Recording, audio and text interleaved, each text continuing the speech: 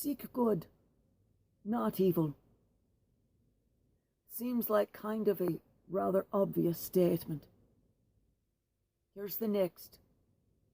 Hate evil. Love good. Do these things to allow God to be with you always, and for God to hear all your prayers. In the Old Testament, Jesus Christ isn't involved in the relationship. It's just you and God.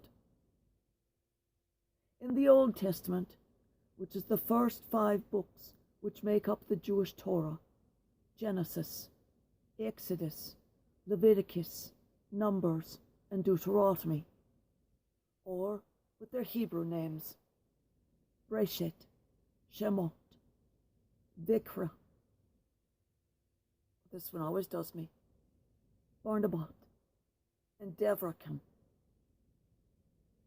Devarim, there we go. Sorry. It is God and the person. Each group has an intercessor to their God, a prophet, a priest, or a priestess. So that when God of all, I am the God of Abraham, of Isaac, the God of Moses and King David, spoke to his people, the Israelites, they didn't get it. All gods before this one didn't speak through just one person. And they didn't speak on mountaintops.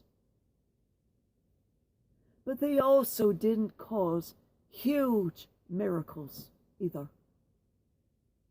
Previous gods were small-time hustlers, back-alley charlatans, and snake oil salesmen by comparison to this God. So covenants were made between this God and each individual person. Every Jew alive agreed to abide by the covenant, to honor the law, the 10 Commandments, to conduct business according to the 613 Mosaic standards, to behave appropriately. Yes, there are 613 Mosaic laws, and they are very specific. Look them up. They are demanding, but some of them are quite odd and specific. But the next generation broke the covenant made by that generation. Repeatedly, this happens to the one true God. He trusts these faithless humans based on the actions of very few good people, agreeing to not destroy all for their sinfulness. It is in that Jesus comes in. 42 times humans have broken the covenants and the heart of God. 42 times he's given them great gifts to honor the covenant. He's saved them from global starvation, stopped wars that would have wiped them out again and again and again and again and again, taken them out of slavery and restored them to the promised land 9 times. Finally, he gives them his only begotten Son as a way to seal the deal. And like the disgruntled slaves in the vineyard, we murder him. But it had to be done. But it was foreseen centuries before.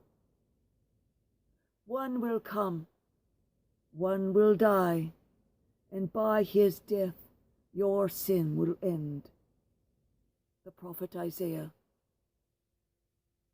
1950 BC. 2,000 years before Jesus was born and before the crucifixion. Pray with me. Merciful and sorrowful God, accept my small and most worthless apology for those who could not keep their promises to you. I am a sinner, for I am human. But I remain now, and until you take me back to you, obedient to your will, Lord. I am here, Lord, ready to do your bidding. I am your servant, ready to do as you ask. And I am your beloved, Lord Jesus. Oh, how I love you. I am obedient to your will, Lord, until my death. I spread your word as you commanded me. I spread your word as you willed me to do.